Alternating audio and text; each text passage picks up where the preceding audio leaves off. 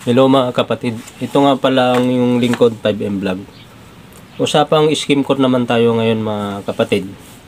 Ang advantage ng skim coat, ang pag-usapan natin ngayon ay advantage ng skim coat.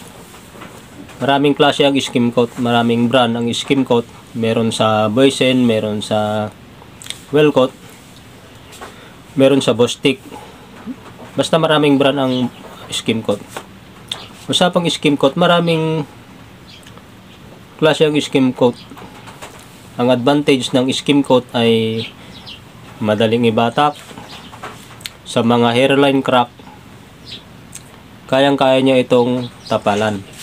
Ang mga hairline crack ay nangyayari yan sa structural movement at sa weather o kaya yung panahon. Yung mainit ang panahon, maulan ang panahon, kaya nagkakaroon ng crack ang wall na gagamitan ng skim coat. Ang advantage ng skim coat ay kayang-kaya niyang tapalan ang mga hairline crack, kayang-kaya niya itong tapalan.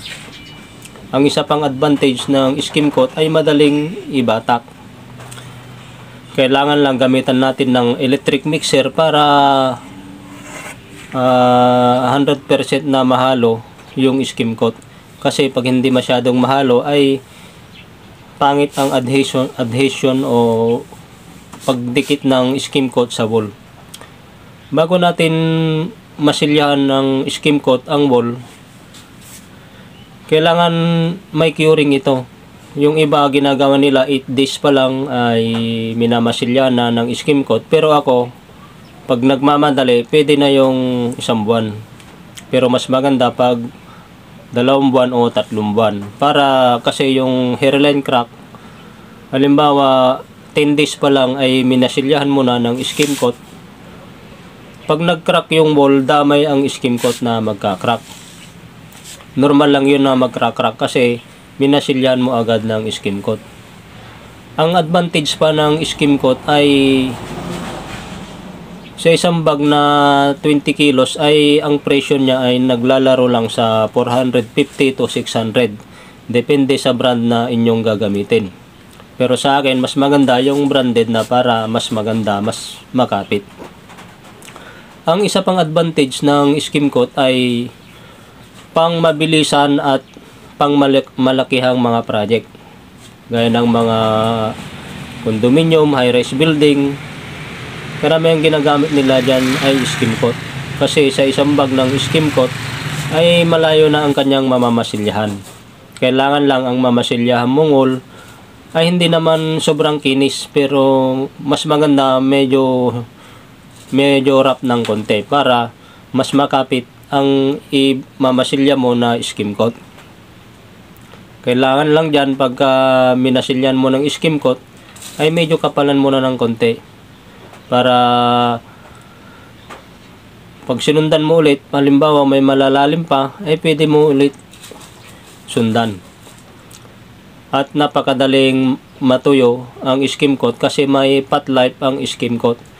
Kaya pag naghalo kayo ay mas maganda pagka hanggang sa kaya mo lang na ibatak, nakalagay sa level ng skim coat.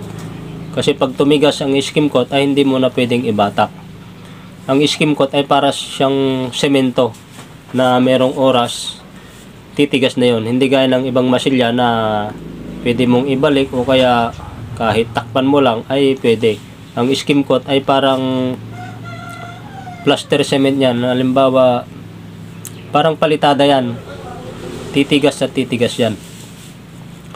Kailangan lang dyan, ang skim coat ay hindi mo na kailangang lasunin yung wall ba na mamasilyahan mo ng skim coat. Halimbawa, meron ng 15 days o 30 days at mamasilyahan mo na ng skim coat, ay hindi mo na kailangang lasunin. Kailangan lang dyan ang pagmamasilya ng skim coat gamit ang trowel o iba't ibang klase ng gamit sa pagmamasilya.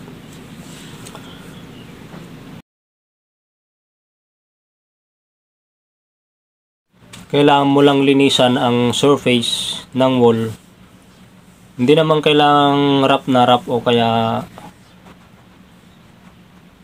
mild lang ang pagkarap niya, pagkagaspang.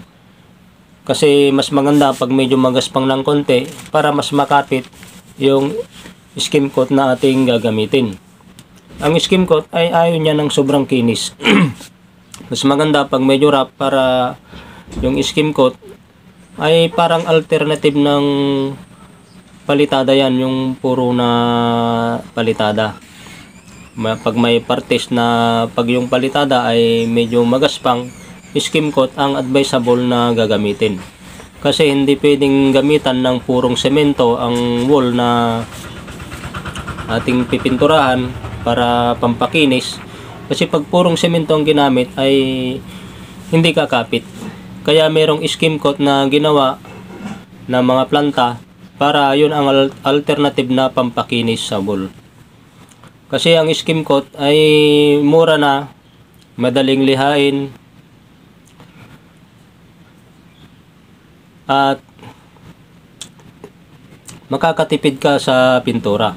Kasi ang skim coat ay merong white talaga, kulay white na ang skim coat. Pag naibatak mo yan, pagka tuyo, patuyin mo ng isang araw o kaya kalahating araw bago mo lihain. Mas maganda ang skim coat ay lihain mo ng number 120 para mas makinis. Pagkatapos mong maliha ay pagpaga mong mabuti. Doon nagkakaroon kasi ng mga back job o kaya pagtutuklap ng pintura pag hindi natanggal ang alikabok. Ang skim coat ay kulay puti na yan. Pag nalinisan na ang surface, nangangailangan pa rin yan ng primer. Kasi pag hindi ka nag-primer ay mag-absorb ng pintura yan. Halimbawa, dinirect mo yung gloss o semi-gloss, ay nag-absorb pa rin ng pintura yan. Kaya mas maganda pag katapos mong masilyahan, malinisan, ay pwede mo siyang i-primer ng white. Nakakatipid ka na kasi white yung masilya at white din yung primer. Tapos yung pangtatapkot mo ay off-white. Pwedeng-pwede kasi hindi naman pwedeng hindi mo primeran ang skim coat kasi magtutuklap yung pintura o kaya absorb o kaya sisip-sipin lang yung pang top coat pag dinirekta mo. Kaya ang skim coat ay importanteng ma-primeran ng flat latex o Acrytex primer. Pero mas maganda pag mag-primer kayo ay Acrytex primer na, para ang Acrytex primer kasi ay ina-absorb ng skim coat, lalong tumitigas yung ibabaw ng skim coat. Yun ang kagandahan ng skim coat. Ang advantage pa ng skim coat ay talagang makakatipid ka sa labor kasi madaling masilya, madaling ibatak o imasilya, at ang presyo nito ay napakamura. Pagka iambing mo sa ibang brand ng mga masilya na ready mix ay malayo ang kanyang agwat. Kasi ang 20 kilos na skim coat ay naglalaro lamang sa 420 to 600. Depende sa brand na inyong gagamitin. Yun ang mga advantage ng skim coat sa mga malaki ang project, ay hindi ka talaga mahirapan sa pagliliha, sa pagmamasilya. Talagang yung mga hairline crack ay mawawala pag minasilyahan mo ng skim coat. Kaya lang mas maganda ang wall, gaya ng ibang mga sinasabi nila na 7 to 8, 10 to 12 days ay pwede ng skim coat. Yung iba 8 days i-skim coat na nila. Pero para sa akin hindi advisable yun kasi karanasan ko na gumamit ng skim coat. Pagka yung isang buwan, marami pa ring lumalabas na crack niyan. Pero pag hindi kayo nagmamadali, mas maganda kung 2 buwan o 3 buwan saka kayo mag-i-skim coat. Bakit ko sinabi yan? Kasi pag hindi pa masyadong na-curing yung wall, hindi pa lalabas lahat yung crack. Kaya pag wala pang 1 buwan at in-skim coat mo na, ay magtataka ka, marami ng, halimbawa nagpinis ka na, nagtataka yung iba at nagtatanong din sa akin kung bakit maraming crack. Yun na ay yung mga gawain na pagmamadali.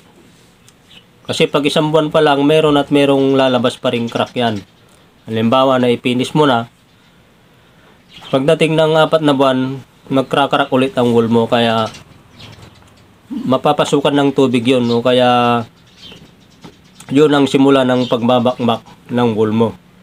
Ang isa pa, pag hindi mo na pagpagan o nalinisan mabuti ang skim coat, ay talagang magbabubbles o magtutuklap ang wool mo.